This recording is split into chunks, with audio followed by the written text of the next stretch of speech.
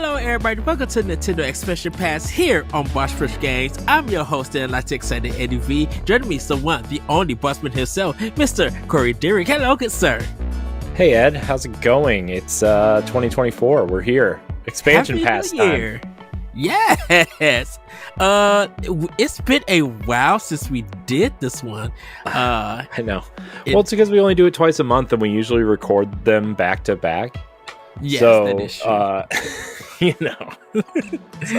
By the way, before, go ahead. Just to give people a heads up real quick, since we skipped the first weekend of the year, these are coming out week 2 and 3 instead of week 1 and 3.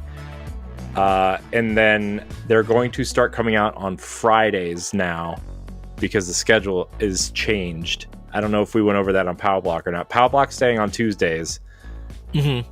But it turns out if you put episodes out during the week and not on the weekends, they do better. So some of our stuff is changing a little bit. So also, Ed, I'm very excited for one of our expansion passes that actually may not be an expansion pass at all. It might actually just launch or relaunch a show. Ooh, yes. So, Ed, we did just go through that major redesign of all the Boss Rush stuff. So. Yes, which I do have to say, I was actually thinking about this one, Corey.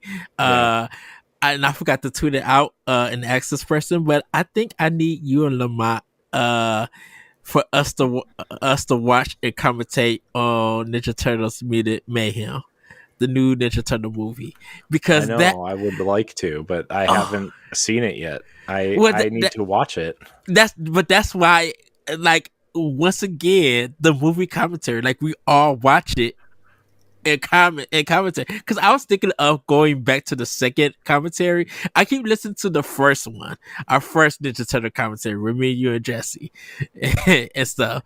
We gotta get Jesse back on something. I know maybe not full time because he's still doing his thing, but I miss him. I was gonna reach out to him today, and I got really busy and I forgot. But Jesse, I hope you're doing well. Yeah, I left him a message on Xbox. Just a voice message saying, like, hope he's doing good and happy New Year and everything. So yeah, we're gonna try to catch up with Jesse and get him on something. Yeah, because I miss my bro him too. Yeah, that was weird. My entire background on my desktop just changed.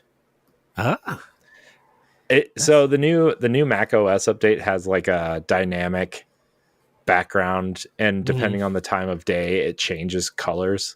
Yeah, and so like it's like orange. It's like bright during the day, and then as the sun goes down, like this blue shade starts coming down and blends into the orange like a sunset, and then the sunset disappears, and like it just got really dark because it's 10 o'clock at night. Which, Corey, it might be a Domino's night for me.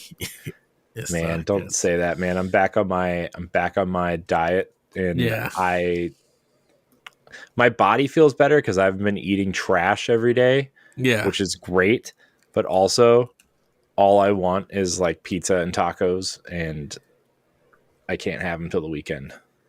Well, I had nuggets at lunch today, and so that's pretty much it. And I'm just like, yeah, I'm going to be hungry again later, and Domino's might be. But we're going to talk about food on Power Block another day, because I tried a new place, and I'm going to speak about that on Power Block when we get there. But we got a really good episode, everybody. You probably already seen the title, but we're going to be discussing our game of the year for 2023 for all consoles. So this is going to include Nintendo, Xbox, PlayStation, Steam, or PC, case people who did like Epic Games or Windows games. By the way, I know people don't care about the Epic Game Store, and I know a lot of our audience probably aren't PC players at all, or maybe they are. Maybe they're exclusively PC and just have the Switch because you can't, legally get Nintendo games on the PC. But Epic's been handing out some pretty awesome games. Like today was Guardians of the Galaxy Ooh, just for yeah. free. And like a week and a half ago was every expansion to Destiny except for Lightfall. Oh, I didn't know that Destiny was Yeah. on Epic Games. Yeah. The entire that was there. And then there's something else too pretty big recently too that they just gave away for free. Huh. I know Alan Wake Remastered was one at one point, Control at one point. Yeah. I mean, I know that they have the publishing deals with Remedy and stuff, but yeah.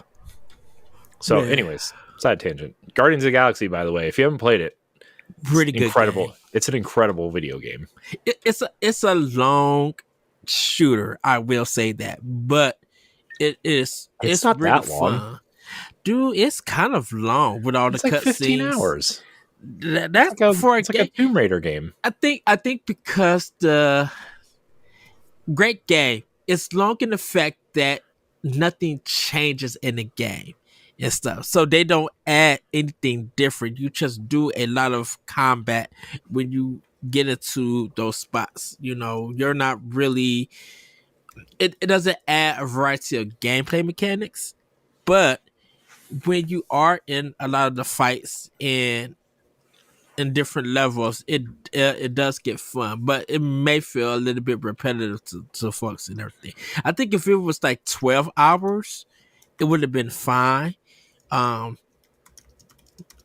like I said, it's a really great game. I wish it sold more. I wish a lot of people really gave it a fair chance and stuff.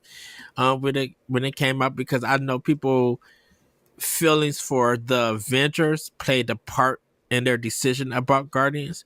But I will say, on its own, Guardians is a really great game. It really is good. And if it's on sale, or if it is, Epic Games, if you get it for free by the time this comes out, hopefully you snagged it. If not, if you can find it on a good sale, I advise people to get it and give it a try. I haven't played the Switch Cloud version yet or anything. Yeah, don't do that. Play it on a normal console that can handle it. True, but I'm just saying in case people who only have a Switch and hear this, I'm just letting them know we haven't played it to give our personal opinions on it. We're just giving opinions on the outside look. But I played it on Series X and I enjoyed it there. I played it. Yeah, I played it there too. I think we both beat it right on Series X. Yeah, that game was awesome. When did that come out? 2022? 1? 21? 22? I'm looking 21, I think. I'm looking it up. Guardians of the Galaxy. Because I think it was a fall game. Came out in 2021. Yeah, 2021. Okay. Yeah, because I think it was like in the fall. Or something when it came out. So, yeah. So, Corey, you want to hop into our list of games? Oh, I guess so. So, like Ed said, this is all of our favorite games of the year from all platforms. And, Ed, I'm going to kick it off with a little ditty. If you're into Zelda games, this one might be for you. It's on Xbox Series X and S, Xbox One, and PC and cloud if you are a clouder, if you're an X-clouder. From Coco Cucumber. Ravenlock is my number 10 game. It's basically it's a 3D voxel game, and I actually think they updated it to where you can actually rotate the camera now, and it's a full 3D game. But when I played it, it was essentially like a fixed camera, like almost like a stage show where, like, there was a clear edge of the map, and you couldn't rotate the camera. But it's essentially a 3D version of a top-down Zelda game. There's 3 major dungeons and then a final dungeon. You're basically you're this girl who gets sucked into an Alice in Wonderland inspired world. I would say it's pretty Alice in Wonderland, and you play the role of Alice, except your name is Raven instead of Alice for some reason. But like the Queen of Hearts is there, and the White Rabbit is there, and like all the trimmings of Alice in Wonderland are there. So basically, you're kind of going through uh, Alice in Wonderland and collecting these three kind of medallions to unlock the castle door to go, you know, fight the queen and save Wonderland or whatever. And so uh, I loved it. It's not the greatest game of all time by any stretch, but the combat, even though it's simple, is really fun. The puzzles are just hard enough to when complete a puzzle that it feels rewarding. The bosses are really interesting and cool looking. Highly recommended. It's on Xbox Game Pass. I don't know if it's coming to any other console anytime soon. I would assume that it would make its way to Switch eventually, because this is their previous game, Echo Generation, was an Xbox exclusive for a year, I think, on Game Pass, and then it ended up coming to Switch at some point. But Ravenlock from Coco Cucumber, highly recommended. It's an amazing indie game. I think that probably hit this summer or probably this fall. Yeah. I think. Well, it came out before April or May ish. So they never make their 1 year exclusive. Yeah. Time exclusive. Yeah. It might show up in some sort of like Nintendo Direct. And then like it seems like a good Nintendo Direct shadow drop game. Yes. That honestly. I can. So that's right. My number 10, Ed. Okay. And my number 10, and I'm just going to give everybody heads up about this list.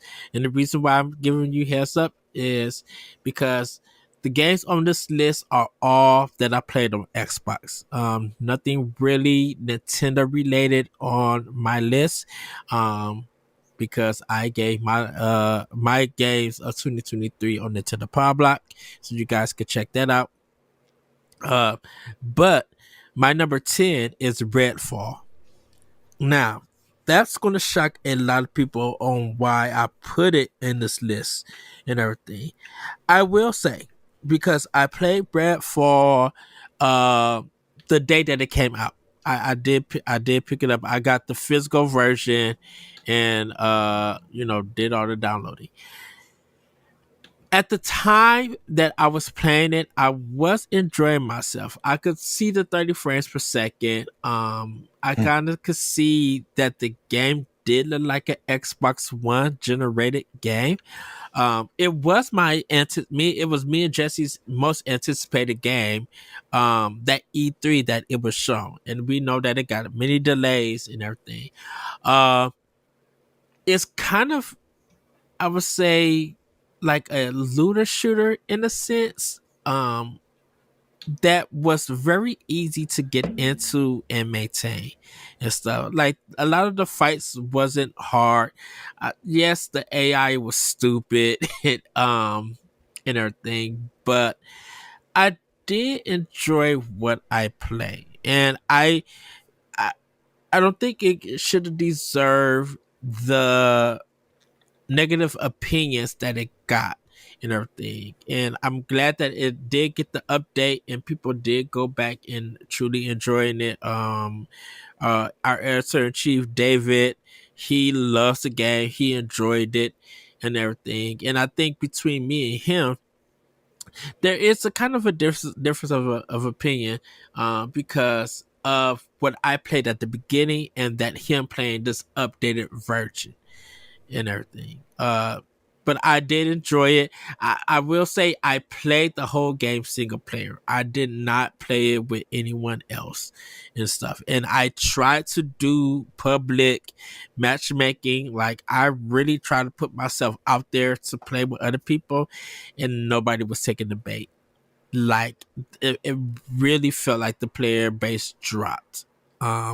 And I tried to play it at night where a lot of people would be on, and they just wasn't there.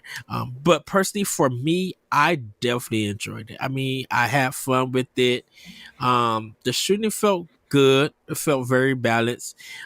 Staking the vampires with my gun, metal gun, stake was good. I didn't really have to worry about sniping.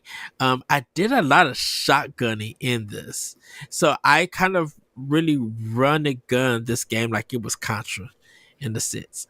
Besides going from the bosses were different, and I think that's where the multiplayer aspect would have came in to make the game easier. And so the bosses were challenging during the single player, but like doing missions and everything, going through the houses and evading them, was all fine. Was all good. You could really see some Borderland influence in there, but you could see the difference, the separations of those games also.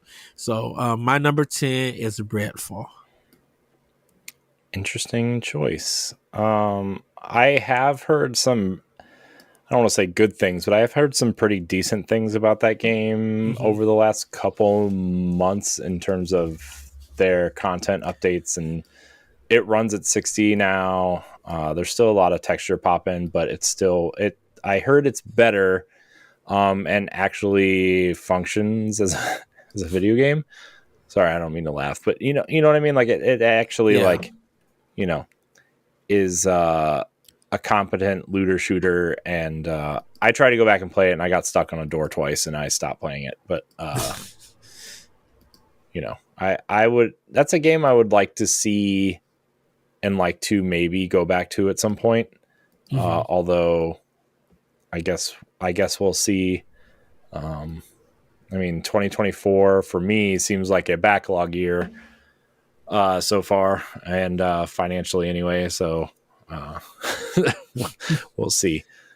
But You'll be able to play the new games through Game Pass. So yeah, well, with Game Pass, yeah. But I mean, like, obviously, Nintendo stuff is oh yeah, going to be the priority in terms of spending my money, and then Game Pass will supplement that. But anything on PlayStation this year is going to be like, well, or maybe third party stuff. It's yeah, it's gonna be tight this year, mostly because of insurance costs going up and buying a house and that kind of thing. So, yeah. anyways, don't be an adult, everybody. It's expensive. Anyways, my number 9 game, Ed, and I think you're gonna be surprised that it's on my list. But I actually played some. Maybe not surprised, but I think you're gonna be surprised it made my top 10. Is Hi-Fi Rush on Xbox. Ooh, From Tango Gameworks. For those who don't know who they are, they made The Evil Within 1 and 2, yeah. which are, Resident Evil 4 inspired survival horror games, which I hear are actually pretty good if you like that type of game. But Hi-Fi Rush is a highly stylized, animated rhythm action game, Yeah. which the combat flows to the beat of the music in the game, and you have to, you can mash buttons, but your combos hit better and your damage is better when you play to the beat of the music. And it's just a really fun, feel good game. And I played some more of it over break, because it's a game that I've been meaning to go back and finish, actually.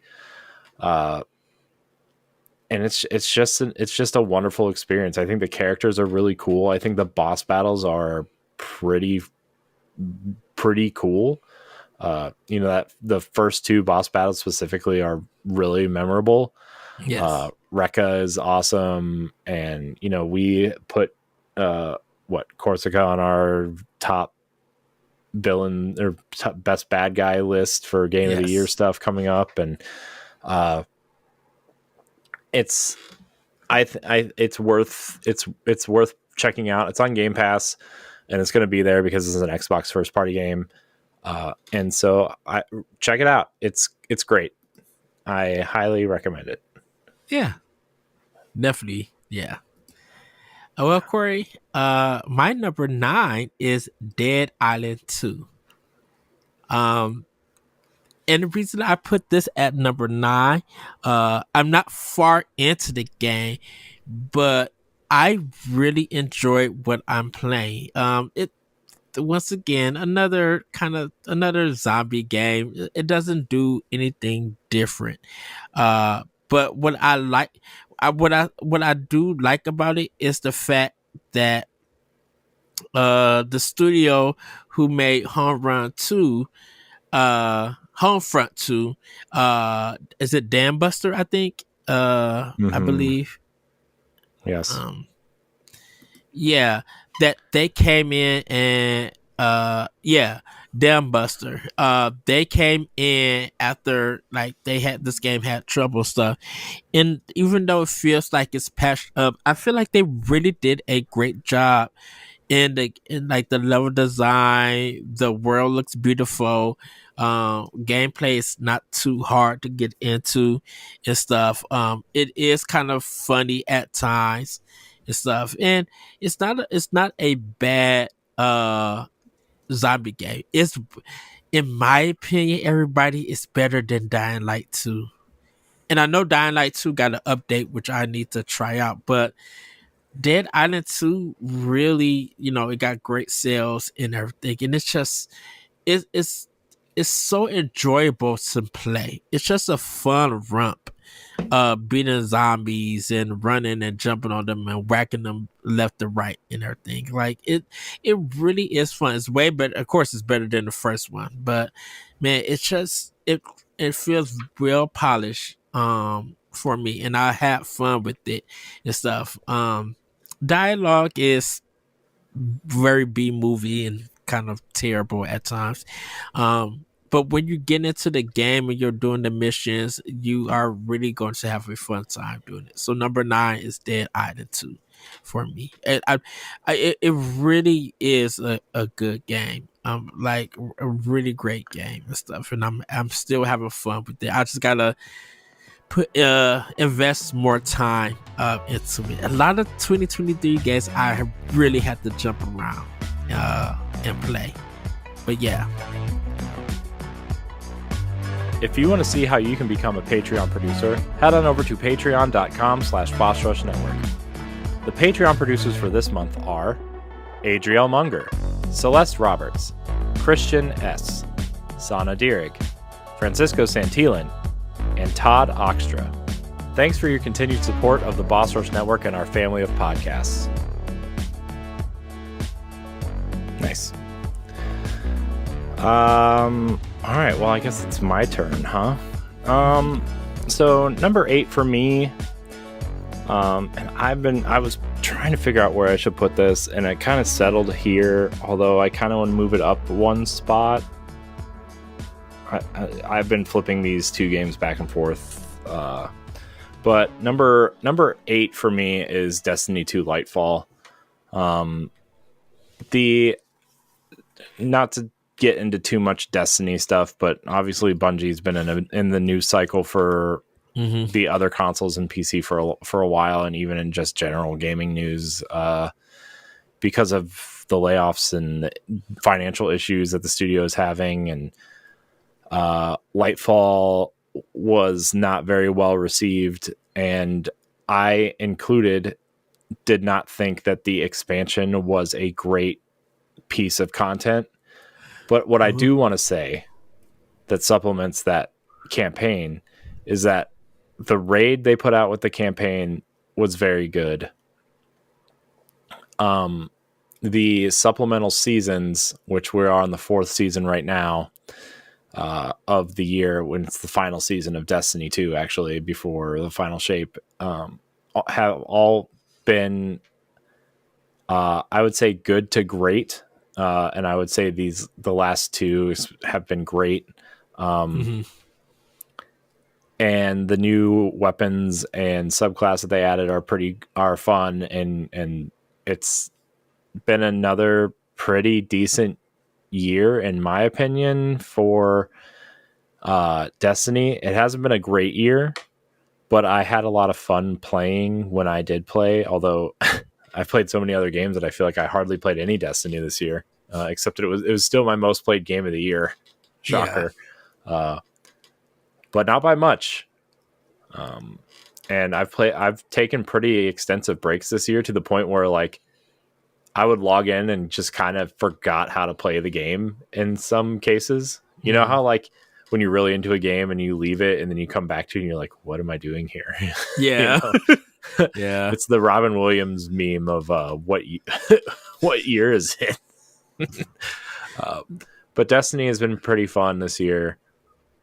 I think the Tower Casuals community, the Destiny podcast that I host, has been maybe skews that tremendously because I've made a lot of good friends there, and that community has been pretty supportive of us in general. But Destiny is just a game that's always going to exist for me as a, it's like comfort food. And Lightfall was really good, and the aesthetic of the campaign was really cool. I mean, synthetic cyber ninjas is a cool theme for you guys out there. So yeah, also it was man, the Bungie community and the Destiny community had so many significant blows this year, man. Like I was just about to bring that up, and this is my personal opinion about Bungie. I feel bad for them because of what happened and what they go through. But I think it's a good thing for them. And everybody just hear me out on this. It has happened to Microsoft, it has happened to Sony, and it's happened to Nintendo, that when there's something that knocks them down and something just doesn't, like, it's not their year, it's not their system, it's not their time, when they come back better.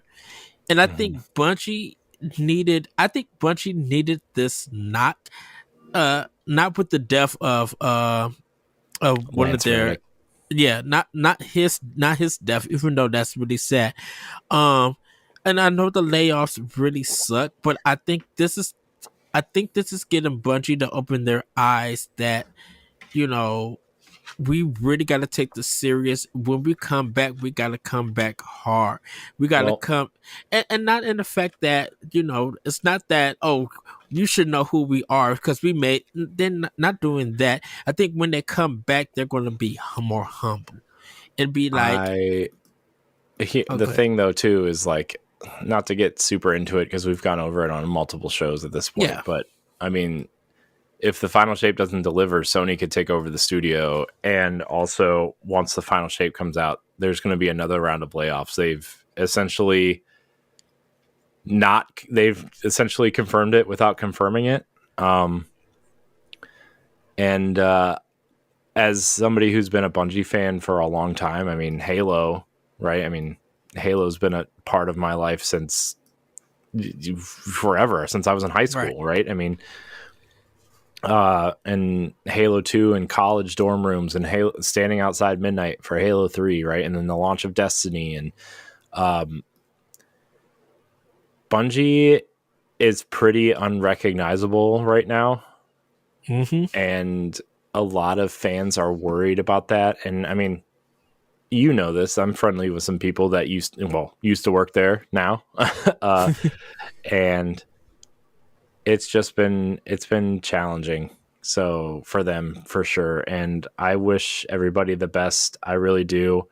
I hope they figure out a leadership thing. I don't want to talk more about this because we're celebrating games, but yeah, while we're at it, I want to acknowledge the fact that even though we had an amazing year of video games, the industry as a whole took a pretty big hit in terms of layoffs and closures, and it affected a lot of people negatively this year as well. And I think we need to take the time to acknowledge that. And to all those affected, I know there's a lot of talented people. I mean, not just in the Bungie front, but, I mean, Epic laid off a bunch of people. Microsoft laid off some Dude, people. the Sony, Enforcer group, just like all the Embracer. studios, Embracer, not Enforcer. I'm Yeah. sorry, Embracer. All the people that got their Hmm. studios closed, and all the people that they laid off. Like my heart really goes out to them and Yeah. everything. I mean, it goes out to all the developers who've been affected and studios who has been closed. Like, I felt saddened when Japan studios at Sony when they got closed. The people who made Eco and The Last Guardian and stuff like that and all these other games. Like my heart crushed because it's just like to me personally, I felt like I'm not going to get a variety and different and Nintendo like style games from that company ever again, and it sucks. Hmm. Like I would have played, I would have got played Time Splitter if they would have stayed open, um, and Hmm. everything. I got Saints Row the remake and definitely enjoyed it, and just felt so bad that those studios closed, and it sucks. Yeah. It really sucks. It's and I know we're here to celebrate games, and Mm-hmm. we do this every year. Um, but I think not just us, but as an industry as a whole, I think we need to do a better job of at least acknowledging the bad things that happen. And I know people acknowledge it in their own way, right? Or like Jason Schreier writes something up and everybody like pounds on the leaderships of these studios, but there needs to be a better, more constructive way. And I know there are people in the industry who put, job listings up every couple weeks on Twitter, and there are resources for that, and LinkedIn is a great place to connect with people, right? And Mm-hmm. that's how I've connected with a lot of people in the industry, is through LinkedIn, of all places. uh, but just there's a lot of people affected. Bungie laid off 108 people, Epic laid off almost 1,000 people, Embracer Group closed quite a few studios this year, and that's just the tip of the iceberg. So I think the statistic was like over like 12,000 people got laid off in the video games industry this year. You know, and that's a huge number. So everybody, Yeah. you know, just we feel for you, and there's a lot of people affected, and we hope everybody finds their way. Yes. Sorry, I know Okay. that got kind of somber at that point. I didn't mean to. No, but that's a good thing to bring up to mention. So well, let me get into my number 8 really quick because I think we both have this game on this. There's two games I think we both have on our list that is going to surprise us in a way on where we place them at. So but we're not going to reveal it just yet. We'll wait to the end for that. My number 8 is Hogwarts Legacy. Mm. Um and I it's it looks really good, plays well, just haven't spent enough time with it. Um and everything, but I'm ready to get more into the game and learn about the world. Heads up, everybody. I am not a fan of the Harry Potter series. It just does nothing for me. But Hogwarts Legacy, what it offers gameplay wise, the ideas, the the world and everything is really fun to get into. It really feels like a action adventure game, kind of for kids. Also, it doesn't feel too hard or too challenging and everything. And outside of the controversy, um, it really is a great game, and I'm glad that people did give this game a chance. And not think about the controversy, but think about the fun that the game was going to offer. So number 8 is Hogwarts Legacy for me. It is one of my games on my backlog that I want to get through and I want to play and speak more about it and have fun and laugh about. So number 8 is Hogwarts Legacy. Mm. Corey, Nice. what's your number 7? All right, Ed. A big surprise on my list. I wasn't even planning on playing it this year, but we did it for a book club. It's a survival horror game, Ed. Resident Evil 4 is on my list. Remake. Yes, the remake. And it's pretty good, I would say. I'm not a huge survival horror game person. I don't like the spookies. I didn't really care for how scary this was, especially at the beginning. But once you become more powerful throughout the game, it feels more like a atmospheric action game than a survival horror game, to be honest with you. And then obviously Separate Ways is just a straight up action game at that point. But it was really good. I enjoyed the characters, and the story is ridiculous. And it's funny because Resident Evil as a series is something I'm super fascinated by from a story and a lore standpoint. Yeah. But I don't like playing most of the games because they're super scary. I think the older games are. I think once you get to 5. Well, yeah, 5, 6, 4, 5, 6 are just. I mean, 5 and 6 are just straight up Gears of War ripoffs. Yeah, so like I actually really like scaries. 6. By the way, I know people don't like 6, but I liked it. I'm playing. I haven't finished 6 yet, but I'm playing that one on easy, just to see what I missed from when it originally came out. And yeah, it's just a pure action game. It's a little bit long, just for unnecessary reasons. But I'm like, okay, I see what it is. 5, I did enjoy playing that game with my friend and everything. So that one, I think 5 is better than 6. And I feel like you do need to play 5 with another person. Yeah, because the AI in 5 was terrible when I played it. Yeah, if you're going to play the AI, well, play with the AI in 5, just throw it on easy. Yeah. So that's my number 7. That was my number 7. Okay, and my number 7 is Alan Wake 2. Now, everybody know I complain about the gameplay. Outside of that, it is a very good survival horror game. It's beautiful. The Northlight engine is really well used in that game. The voice acting is great. I love Saga's story more than Alan Wake's, because it has that Phoenix Wright mystery and solving case and everything, investigations. I love that part of the game. I do like her mind place and stuff. I do like all the connections with Control. Of course, seeing Adi in there, I kind of laugh and everything. I'm like, I'm glad that he's in here and he's at a karaoke bar singing. I was just like, okay, this is pure. This is the enjoyment that I get in everything. But yeah, I really do like this game. It is spooky, in the fact that the jump scares for it is works well.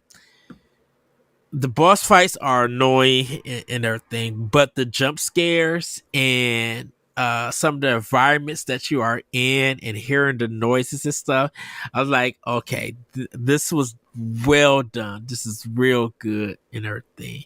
And I kind of feel like they borrowed some stuff from Hellblade, Hellblade 1, but I feel like, of course, Hellblade has their own thing. I feel like Alan Wake 2 did enough to provide the scaries for it, and it did come out at the right time for Halloween. With that being said, oh goodness, the gameplay and the camera work is, just it's something that needs to be fixed and everything. And I will say, sorry everybody, I still think Control is better than Alan Wake 2, but Alan Wake 2 is a great game. So, well, Ed, it's safe to say that Alan Wake 2 is not on my list. So my number 6 game of the year is Pikmin 4. just an incredible experience. I actually kind of, now that I'm looking at my list, I kind of wish I would have put it higher a little bit, but it's fine. It's going to stay here. It's over. It's locked in. Pikmin 4 is the definitive Pikmin experience, in my opinion. It's the best game since the first game. I'm going to stand by that.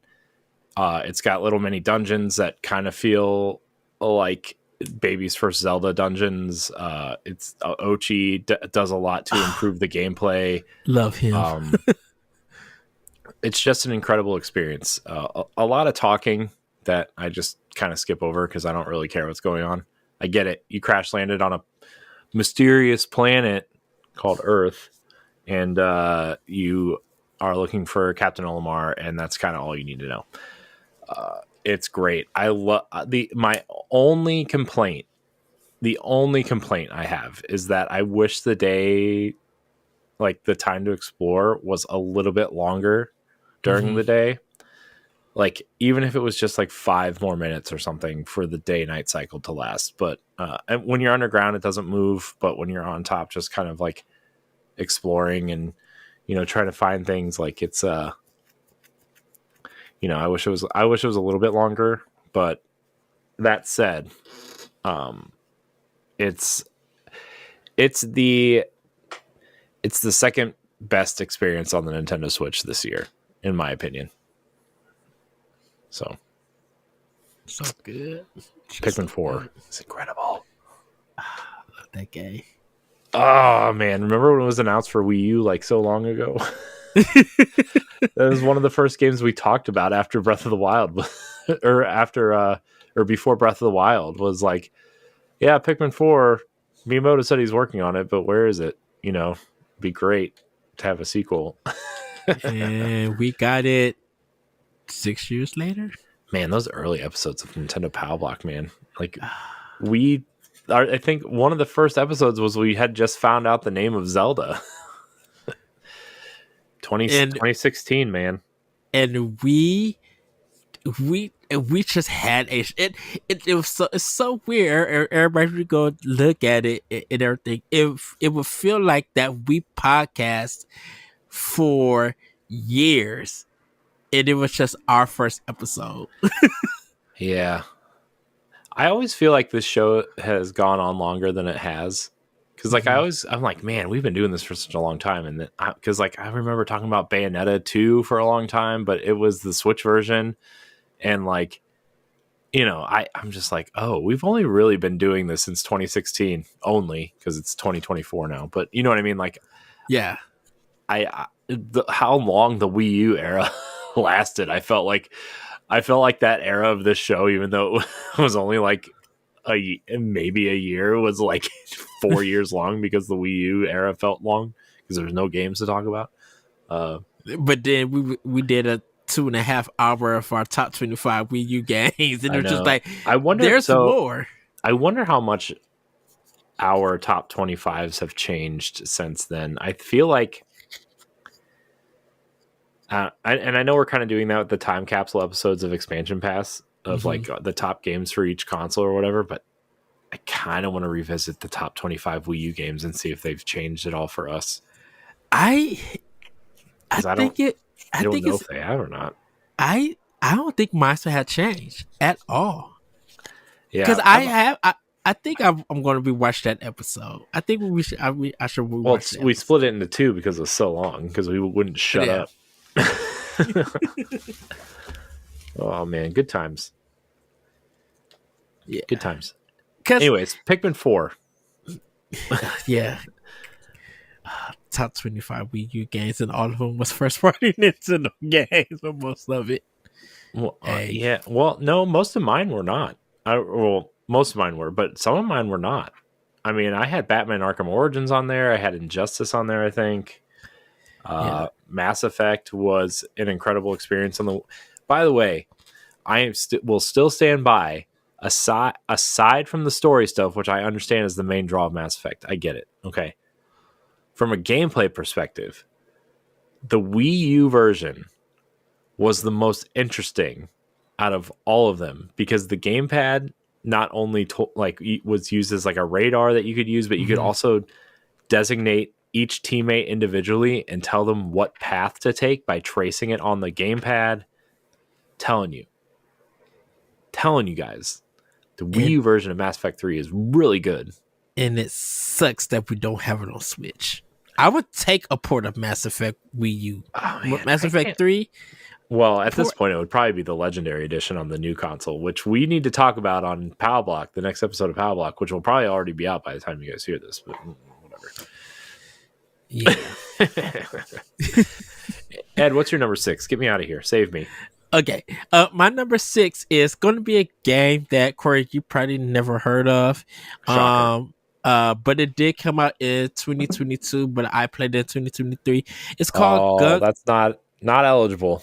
It's called Gungrave Gore. Well, the thing about it is that that game was on Game Pass for a long time. Well, you know what? They put it on sale sometime in 2020 last year. I didn't know it was on Xbox when it released. When it originally came out, I thought it was just a PlayStation exclusive, and then it came out later for Xbox. But I had just played it and I heard great. I had been hearing great things about it, but I thought it was just on PlayStation and then it came out for Xbox. But I understand why it got so much love for it. It is a fun third-party shoot 'em up action game. Like, that's all you literally do is shoot and kill. It's based off the anime Gungrave. This is separate from the PS2 game that came out, the Gungrave anime that came out on PS2. It's different than that. But it looks really good, very stylish. It has some laugh out loud moments. It's literally dumb fun. It's a dumb fun video game and everything. So I played it last year. So yeah, it's developed by Iggy Mob. It's on Unreal Engine 4. It's on Xbox One, PlayStation 4, Windows, Series X and S, and PlayStation 5. And they released November 22nd, 2022. So yeah, I just thought that it was, I didn't realize that it actually came on Xbox because of seeing everybody talk about the game on PlayStation. And stuff, and nobody was talking about like Xbox or anything. So my number 6 is Gungrave Gore. Very fun game. Corey, what is your number 5? You can take it up with the audience if that counts or not. My number 5 is Disney Dreamlight Valley 1.0. Yeah. A similar situation where this game came out in 2022 in early access, but it just hit 1.0 in November of 2023. So it made the list. I should have. Yeah. I wanted to put it higher on my list, but I felt like everybody would look at me like I was strange, and then I had to think about it. I'm like, did I really like it more than these other games? And I'm like, maybe some of them, but wait till I get to my 4 to 1. You're gonna be like, wait, what? My top 4 are actually pretty. I'm shocked when I was ordering these, because I wrote down every game that I at least wanted to play this year, and then I deleted the ones that I didn't play, and then I ordered the rest of them. And I was actually kind of shocked at how my list turned out. The top 10, to be honest. But Disney Dreamlight Valley, man, I don't know if I have anything else left to say about it. It's great. If you like Animal Crossing, if you like Disney, if you like questing, this is for you. Well, I haven't played it in like a week and a half. Ed, I'm worried about my people. I'm going to turn it on to make sure nobody died. Well, Corey, my number 5 is Ghostwire Tokyo. So, Ed, these are 2023 games. I know that, it's 2024. But this was the struggle of Xbox and gaming in general. There really wasn't much to play. That's 1,000% untrue. Dude, You're I playing don't the have a wrong PlayStation. games. I look. The only game that wouldn't have made the only game I have not got yet and installed is Armor Core 6. Like everything else, I'm not gonna put Sea of Stars on my list Oh, you're because the worst. You're making us look like bad gamers, Ed. I love Sea of Stars and everything, but it Ineligible. huh? It's a 2022 game. But I played it in 2023. Doesn't matter. So, well, it matters to me. I played Super Mario Brothers 3 in 2023. Does that mean it's eligible for my game of the year? Well, you beat No. it. No. Plus, you already beat me on Mario Brothers 3. Nope. It's not how that works. Well, guess what? It's gonna work for me. Ghostwire Tokyo is my number 5 because I played it, I completed, I beat the game, I enjoyed it. It's not too spooky. I love Japanese action and theater and mythology. Like I love all of that stuff. And great voice acting. Really, really good voice acting.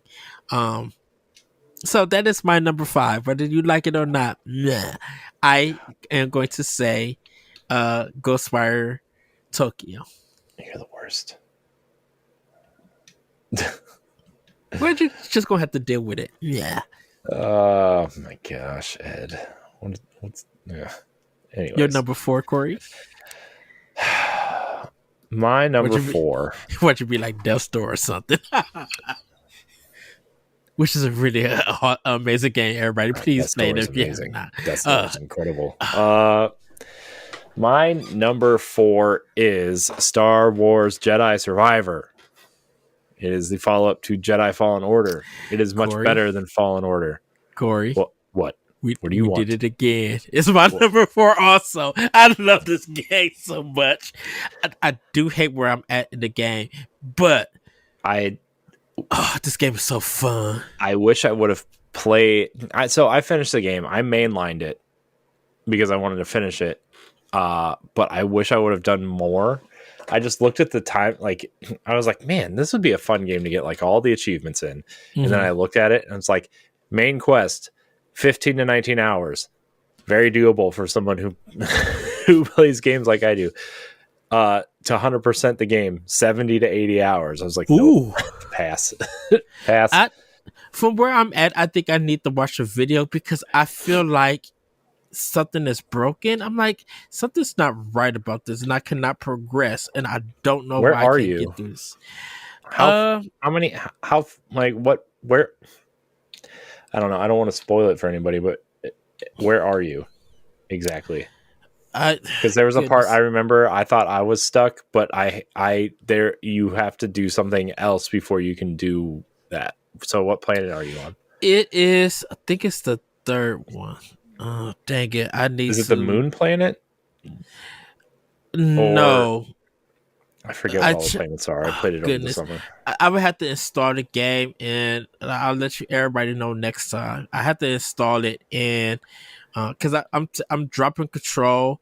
I'm taking that off my Xbox, and I'm going to install Star Wars Jedi Survivor and see where I'm at. It's a puzzle where I gotta goodness, it's a big open canyon gap that I gotta cross, but I'm coming back from it because I just got a new power and everything. And then like when I was coming back, I went to the right side and there's like it's like a water puzzle that you gotta kind of move these blocks over onto the other side, like throw them. And I know that I need to get it at another place, but I can't do it. So I just got to figure out what that puzzle is. Because I played it, I got to that point, and then I took it off so I can install some other games and everything. Okay. But I'm gonna reinstall the game, and I'll let you know where I'm at. Okay. Because I think I ended up doing some story stuff inside stuff and everything. So, but I did enjoy what I played of it. Oh, it's a great game. Highly recommended. Combat's great. The combat's Yes. really good. Less soulsy than the first one, I would say. Yeah. But also, like, I think the easy mode does a great job of making it feel like just a basic action game, as opposed Mm. to like normal and hard make it feel more like a soulsy game. But yeah, I mean, if you just want to play a really cool story, you should play that. Yes. Definitely should play it. What's your number 3, Corey? My number 3, Ed, is so this is a game I actually played the demo of earlier this year, and it was incredible. And then I got distracted by other things, and then I revisited it during break, and it would probably be way higher on my list. And by way higher, I mean maybe game of the year if I finished it or played more of it. But for where I'm at now, I felt like I couldn't. If I did that, I would be doing the game a disservice and the audience a disservice. But anyways, Final Fantasy 16, man. Nice. That game is incredible. Dude, that game looks incredible. The combat's incredible. The characters are cool. It's a awesome video game. And yeah, I mean, I don't know how else to say it. It's just a really awesome video game. I really like the story that's being told. I think family we'll say family drama is super relatable in my family. And that's all I'm going to say. I'm going to leave that one alone. Listen, look, maybe that'll be an After Dark topic someday. Oh, man.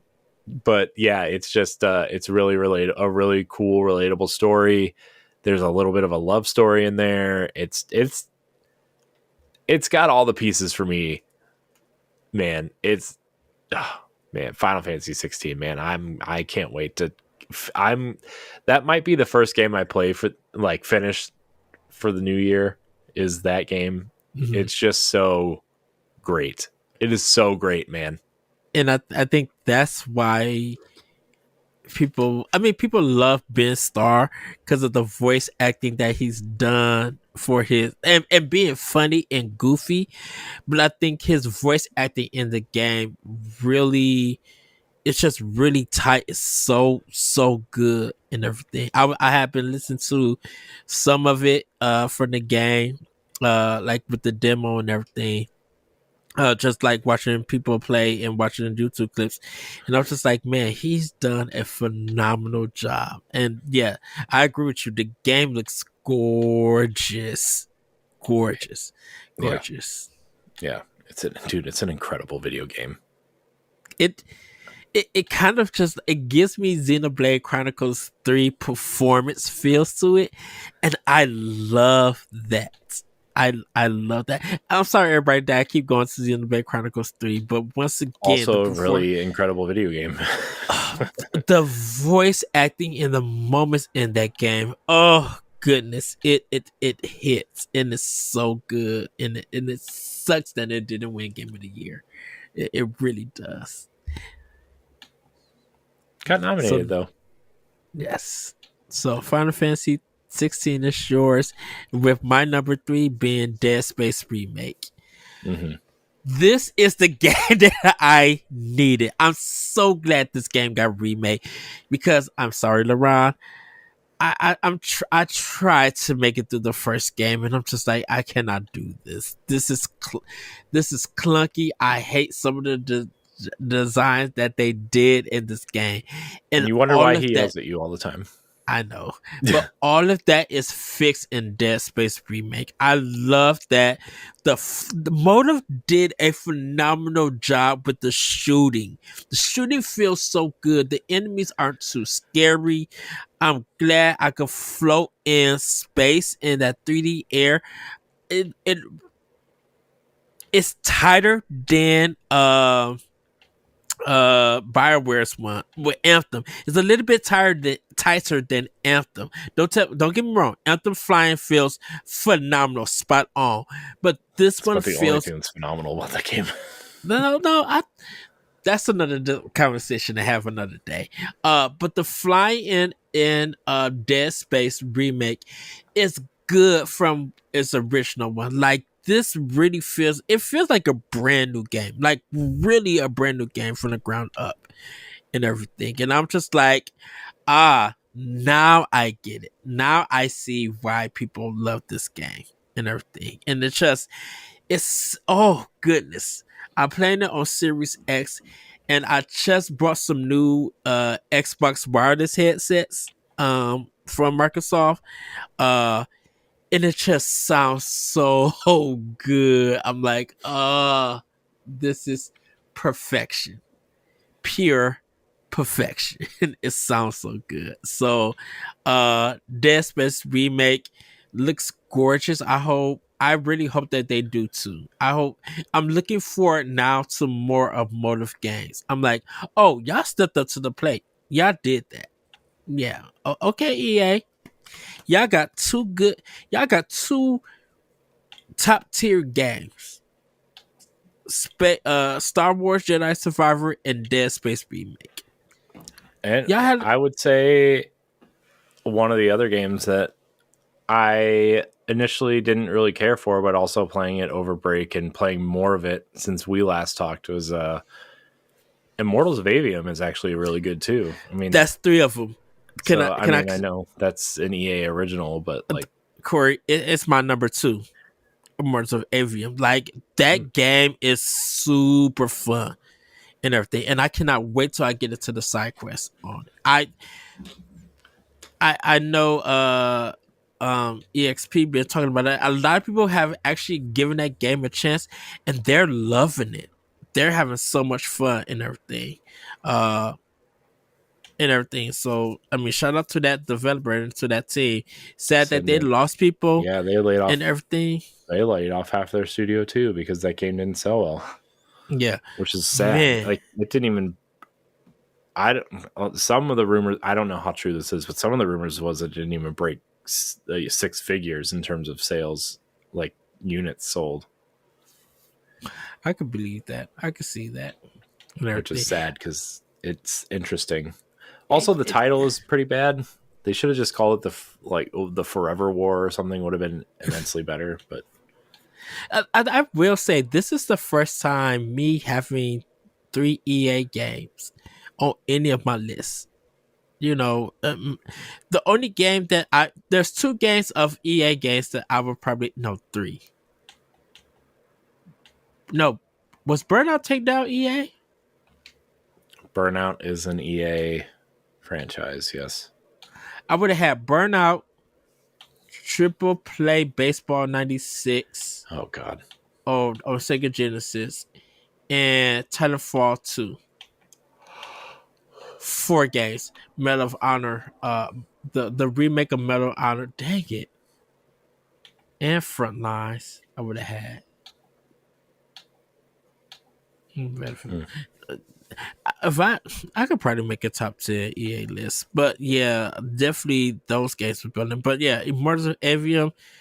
Oh, just love that game, and it's challenging depending on what level you put it on. But just like as long as you play and you get stronger, you do the side quests, you get a lot of great stuff, and you get better and everything, and you learn the powers and stuff. Um, Fun game to move around and everything, and it looks good in Unreal Engine 5. Really looks good. So, that is my number 2. Corey, what's your Well, it'd be my number 2 because you didn't give your number 3 yet. number 3 was Dead Space remake. Oh yeah, you're right. Never mind. Pause. Never mind. Rewind. My number 2, Ed, is Tears of the Kingdom. Nice. It actually moved up my list over break because I got sucked back in early on. I was just going through all the games on the list and getting a feel of like, okay, what did I like about this? What didn't I like? Where does it fit now that a couple months have passed? And I got sucked back in and did like 15 shrines and did some more exploring and whatever. And I still really want to go back to it. And I don't know if I'll 100% it or not, but the reason why it's not higher, honestly, is because it feels like more of the same. Mm-hmm. We've kind of talked about that. Also, I absolutely despise the building mechanics. I cannot stand in the shrines. It's okay because it's like you're using it to solve a puzzle, and that makes sense to me. But like when you have to build a vehicle to fly over here and do this and collect batteries and pretty much build like a star destroyer to whatever. Which No, someone did. pass. I know, and I'm just like I can't do this. I can't I can't do this. But everything else about it is amazingly built off the back of Breath of the Wild, and it's a must play. The story is 1,000% better than Breath of the Wild. I loved Breath of the Wild story, but this is at least 10 times better story wise. I thought Ganon was absolutely terrifying. I think Zelda is this is the best version of Zelda they've ever created. I thought the introduction of the Zonai and Minoru and it's just I really love this story and these characters. Part of me is really sad that we're going to leave these characters behind now and that we're moving on. But we did get 3 games with these characters, so you can't be that upset, I guess. All things considered, with if you're including Age of Calamity, that I really thought we were going to get I really thought we were going to get a 3rd game in this series, but we're just going to have to throw Age of Calamity in there as the 3rd game. 3rd game. There's like 7 or 8 episodes of us theorizing a trilogy of Breath of the Wild style games. Yeah, we're not going to get our 3rd trilogy game. Yeah, but it's okay. But it was leaning towards that. Like, joke. And I know they said they're moving away from. Did they officially say they're moving? I'm not getting into it right now. We can talk about it later. No, they didn't officially say it, but they may go. They said they're moving on from this version of Hyrule. Yeah. Man, they could still go somewhere else with these characters. Anyways, we'll talk about that later. We can't do that right now. Future expansion pass. Exactly. Yes. Put it on the list. It's on the list. Do you have the doc? Do you have the doc open? Episode topics. Yeah. Put it on the list. Just type it in because I don't have the doc open. Just type in 3rd Breath of the Wild game or whatever. But yeah, Tears of the Kingdom is incredible. The thing is too is like I really like what I learned from Breath of the Wild and applied it to Tears of the Kingdom. You can definitely do that, even though the powers are different and some of the weapons are different and the way to utilize some of the stuff is different. Like the basic collecting resources and selling them when you can and crafting them when you can, right? And that still remains. And it makes me want to go back to Breath of the Wild actually and like be more efficient at that game. Like upgrading my armor and that kind of stuff. Also, another downgrade, instant decline from spot number 1, Ed. The Wolf Link amiibo only gives you meat. It doesn't give you a Wolf Link companion. And I know you get other companions in this game, but it doesn't matter. Fail. Instant fail, Nintendo. 1 out of 10. No Wolf Link. Well, everybody, this is going to be our reversal point of the thing. So, Corey, you mentioned Hi-Fi Rush earlier. Yeah. With Hi-Fi Rush being my number 1. I'm sorry. Great music. Funny. The game is funny. Really great writing. Great characters. It really feels like a mixture of an Insomniac game and a Nintendo game. With it being originally from Xbox, it borrows a little. If the feels are like it feels like an Insomniac game in motion, and just playing the game with the action and everything, and the great writing. And it feels like a Nintendo game because of the rhythm stuff. It feels like if you're if you're a fan, I keep going to the beat agents and rhythm heaven and stuff like that. But those kind of rhythm stuff, if you know how Nintendo does it, it feels really good and really tight, and everything. Wow, just being something different from Microsoft. Like it really, when we're talking about narrative games, and not everything has to be a shooter or always adult and dark and stuff, it really speaks out to the creativity that when uh one of their studios do completely something different and given a try, and just like really have that tight quality put to it, it really makes Microsoft stand out. And Tango Gameworks really stood out with this one, with Hi-Fi Rush. Like I don't love the last boss. I will say that one is that boss was really cheap in a sense. But all the other bosses and everything, the level layouts, the fights are really good. I will say the music to, I think it's the level before you get to the last boss. When you're about to go like fight him and stuff and trying to get and trying to progress, it's such a good song. And I know it's a licensed song and everything that they use for part of the game in original music. But I really was jamming out to the whole soundtrack for the whole game.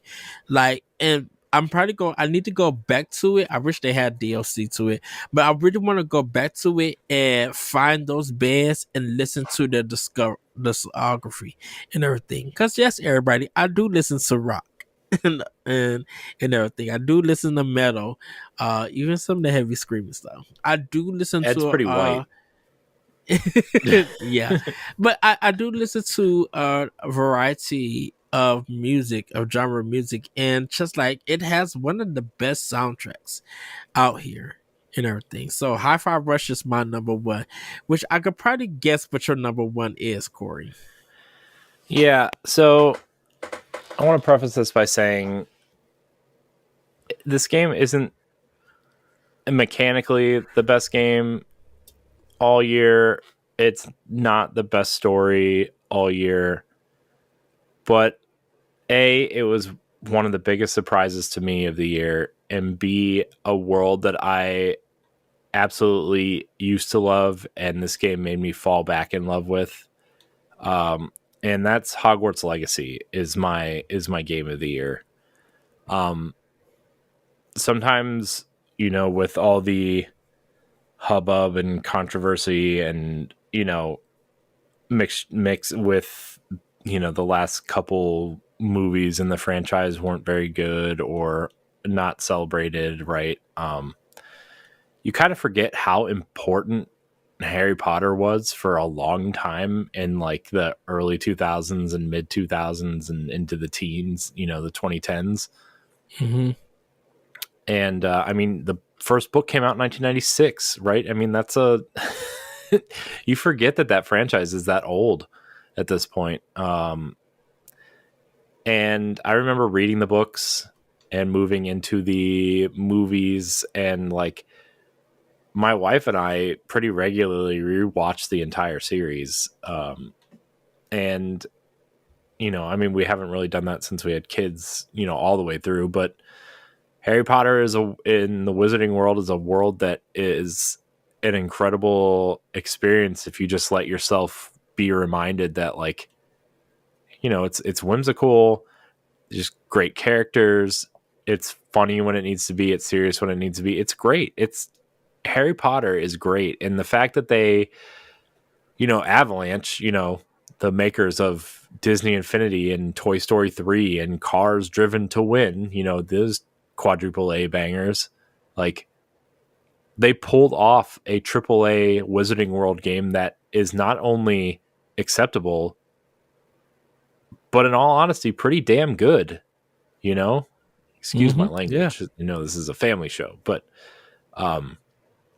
Even the Switch version is really good. On our Game of the Year episode for Nintendo games, the Switch version was lower on my list, but that's because we were only including Switch versions of games. But playing this on Xbox Series X and creating a character and being sorted into your house and like just playing in this world, and the story was pretty cool. The story was pretty interesting on paper. It didn't really pan out as great as it sounded, but there's this dark magic and this disgruntled goblin. It doesn't like the way goblins are being treated, and so he leads a goblin revolution with this dark magic, and you are one of the few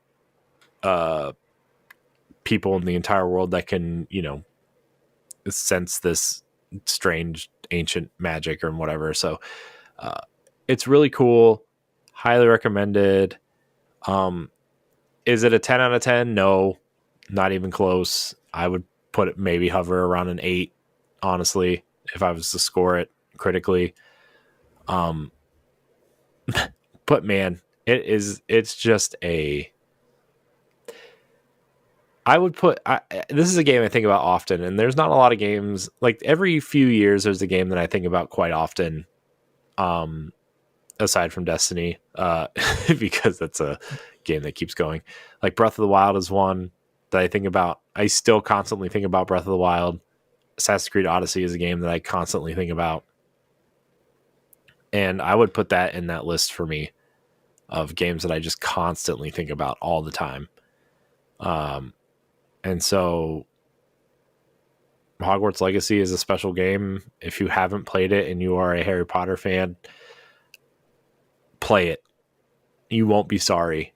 Some of the side quests sure are tedious, and it does get a little ridiculous towards the end when you learn the unforgivable curses and the automatic kill curse is not whatever. You're slinging it around the castle, this illegal banned curse. You're just winging it around the castle like it's you're tossing bread across the room or whatever, but it's fun. It's fun.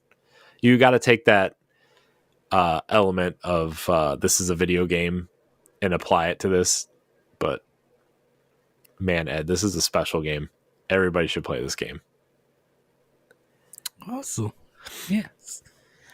Well, Corey, I think we got a really great list. To remind everybody, my games going from 10 to 1 is Redfall, Dead Island 2, Hogwarts Legacy, Alan Wake 2, Gungrave Gore, Ghostwire Tokyo, Star Wars Jedi Survivor, Dead Space Remake, Immortals of Avium, and my number 1 was Hi-Fi Rush. And like I said, all of these I played on my Series X.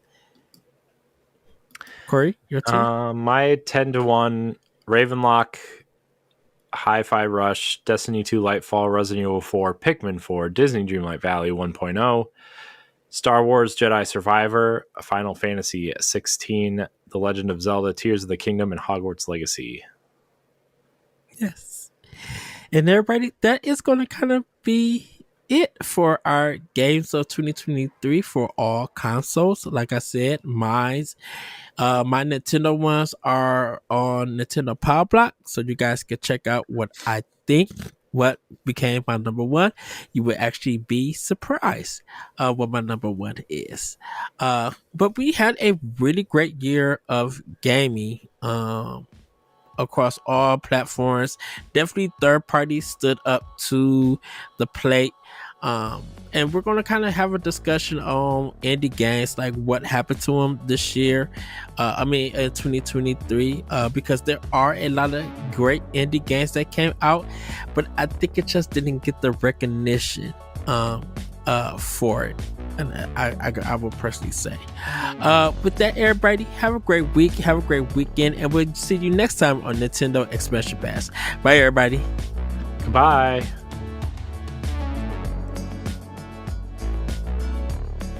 If you want to see how you can become a Patreon producer, head on over to patreon.com/BossRushNetwork. The Patreon producers for this month are Adriel Munger, Celeste Roberts, Christian S., Sana Dirrig, Francisco Santillan, and Todd Oxtra. Thanks for your continued support of the Boss Rush Network and our family of podcasts.